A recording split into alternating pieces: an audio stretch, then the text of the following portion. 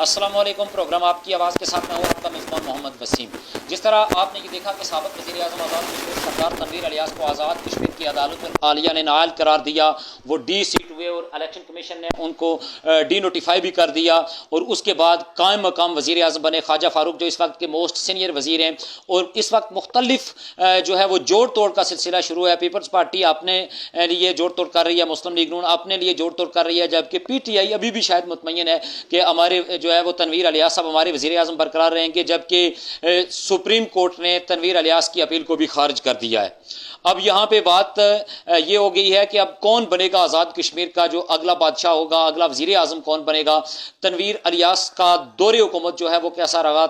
सरदार तनवीर इलियास जिनको एक पैराशूटर वज़ीर आज़म भी कहा जाता है, लेकिन जहाँ पे वो एक पैराशूटर वज़ीर आज़म थे, मैं समझता हूँ कि वो एक पैराशूटर वज़ीर आज़म नहीं थे, चूँकि आज़ाद कश्मीर की तारीख के वो वाहिद वज़ीर आज़म है जिन्होंने एक नस्ल दर नस्ल जो सियासत चल रही थी उसको ख़त्म किया और नस्ल दर नस्ल आने वाली जो वज़ारत उज़्मा की दौड़ में लोग थे उनको पीछे करके वो वज़ारत उज़्मा के मनसब पे फायज हुए।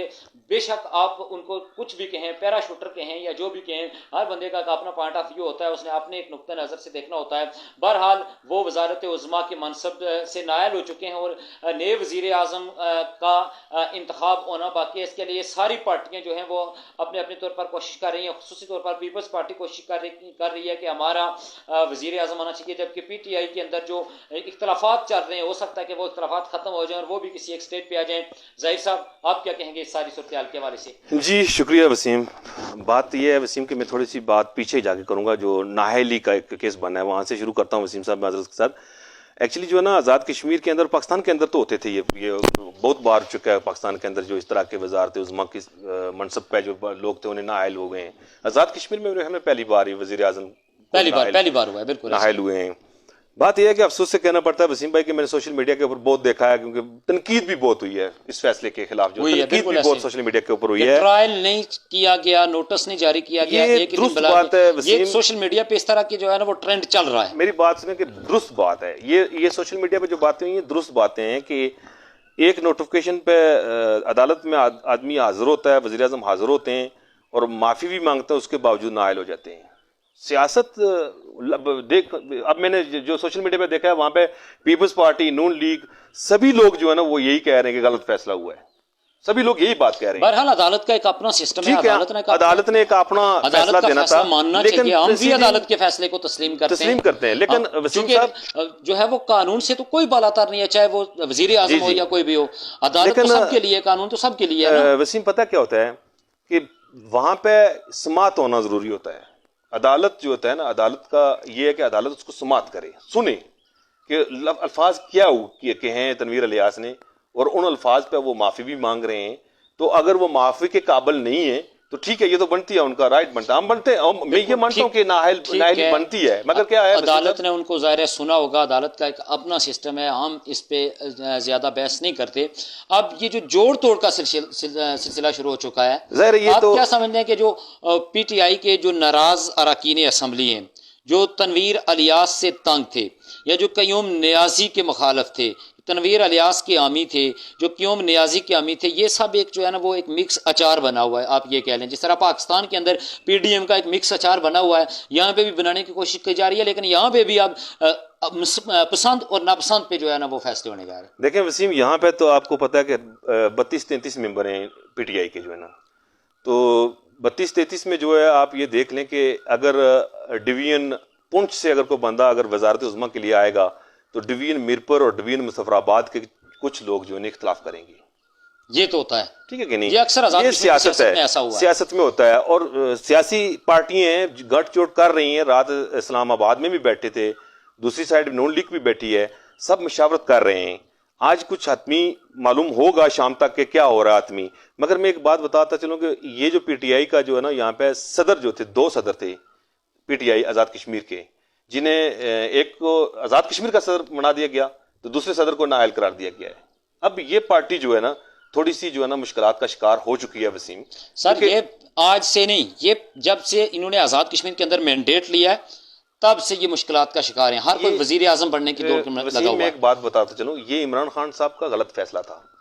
देखें, ये गलत फैसला उस वक्त हुआ है कि जब آزاد کشمیر کے اندر ہمیشہ سے جو وزارت عظمیٰ کے لیے منصب پہ جو آئے ہیں نا، وہ پارٹی کے پریزیڈنٹ ہی جو ہے نا انہیں چوز کیا گیا ہے. انہیں چوز کیا گیا، اس میں کوئی شک والی بات نہیں ہے. بیرسٹر سلطان محمود چودھری کا جو تھا نا وہ رائٹ تھا کہ وزارت عظمیٰ کے لیے وہ منصب وزارت عظمیٰ کے لیے رائٹ میں تھے. وہ اگر وزارت عظمیٰ پہ بیرسٹر سلطان اگر ہوتے تو یہ معاملات نہیں ہوتے تھے. نہیں، یہ بات بھی بالکل آپ کی اپنی جگہ درست ہے، لیکن آپ یہ بھی مانیں کہ تنویر الیاس جو ہیں وہ ان کا کوئی سیاسی بیک گراؤنڈ اتنا بڑا نہیں ہے کہ وہ بہت بڑے ان کے جو ہے وہ سابق ان کے جو ہے وہ خاندان کو بہت بڑا سیاسی رہا ہو. آپ یہ بھی مانیں کہ آزاد کشمیر کے اندر جو موروثی سیاست تھی اس کو کم از کم انہوں نے تھوڑا سا جو ہے نا وہ ضرور روکا ہے. میں ایک تھوڑا سا اختلاف بھی کروں گا یہاں پہ آپ سے کہ تنویر الیاس نے پتہ کیا کیا ہے کہ پیسہ اور دولت پہ یہ جو وزارت عظمیٰ لی ہے، جو ٹرو بات ہے جو میں آپ کو بول رہا ہوں، اس پہ جو وزارت لی ہے نا، اور عدم اعتماد بھی جو روکا ہے، یہ بھی اسی پیسے کے زور پہ روکا ہے. چلیں بالکل یہ بھی ہو سکتا ہے. میں آپ کی ایک بات میں بتاؤں، اس بات سے بھی جو ہے نا وہ اتفاق کرتا ہوں. ہو سکتا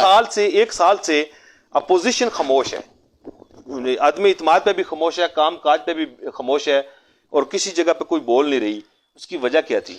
بالکل یہ بات ہے. میں آپ کی دیکھیں تنویر الیاس نے، لیکن آپ اس بات کو بھی مانیں کہ جو موروثی سیاست تھی انہوں نے اس کو تھوڑا سا ضرور روکا. وہ بالکل درست بات کہہ رہے ہیں آپ، روکا ہے. دوسری بات یہ ہے کہ آپ یہاں پہ دیکھیں کہ آزاد کشمیر کے اندر وزیر اعظم کو جب نائل کیا گیا تو یہاں پہ بجائے جو ممبران اسمبلی تھے وزیر اعظم کے ساتھ اظہار یکجہتی کرنے کے اپنی اپنی وزارت عظمیٰ کی دوڑ میں لگ. یہ آزاد کشمیر ہے، یہاں پہ جو ہے نا اظہار یکجہتی نہیں کیا، صرف کشمیر کے ساتھ کرتے ہوتے ہیں. یہ پارٹیوں کے اندر جو جتنے بھی ہوتے ہیں نا، ان میں سب میں کھوٹ پڑی ہوتی ہے. یہ پیپلز پارٹی ہو، نون لیگ ہو، پی ٹی آئی ہو، یہ سب اپنی اپنی دوڑ میں لگے. میری بات یاد دیکھیں اگر آج ایک سٹنگ پرائم منسٹر کو نائل کیا گیا ہے، کل کوئی دوسرا بھی ہو سکتا ہے. ہمارے معاشرے کے اندر یہ سب پارٹی ہیں. دیکھیں آج اپوزیشن بھی جو ہے نا یہ کہتی ہے جی کہ اچھا فیصلہ کیا ہے، اچھا فیصلہ، well and good, no problem. مگر جب دوسرے کے خلاف آئے تو اچھا ہوتا ہے، جب اپنے خلاف آئے تو کہتے ہیں یہ برا ہو جاتا ہے، غلط ہے. آل مختصر یہ کہ فیصلہ جو بھی ہے اچھا ہے یا برا ہے وہ عدالت نے دینا تھا، وہ دے دیا، وہ عدالت کا کام تھا. اور عدلیہ کے فیصلوں پہ سر تسلیم خم کرنا ہی مہذب قوموں کا جو ہے وہ شعار ہوتا ہے. یہاں پہ میں آخری بات آپ کو یہ بتاتا چلوں کہ وزیر اعظم آزاد کشمیر نے اپنا جو دورانیہ گزارا ہے ظاہر صاحب وہ بڑے ٹھاٹھ باٹ کے ساتھ گزارا ہے، اچھا گزارا ہے. ٹھیک ہے، یعنی کہ آزاد کشمیر میں جو ہے نا آپ یہ سمجھیں کہ تنویر الیاس ایک بہادر وزیر اعظم کے طور پر اگر وسیم صاحب 32 سال بعد آزاد کشمیر کے اندر بلدیاتی انتخابات کروائے، اس میں وزیر اعظم نے پورا سٹینڈ لیا، ٹھیک ہے.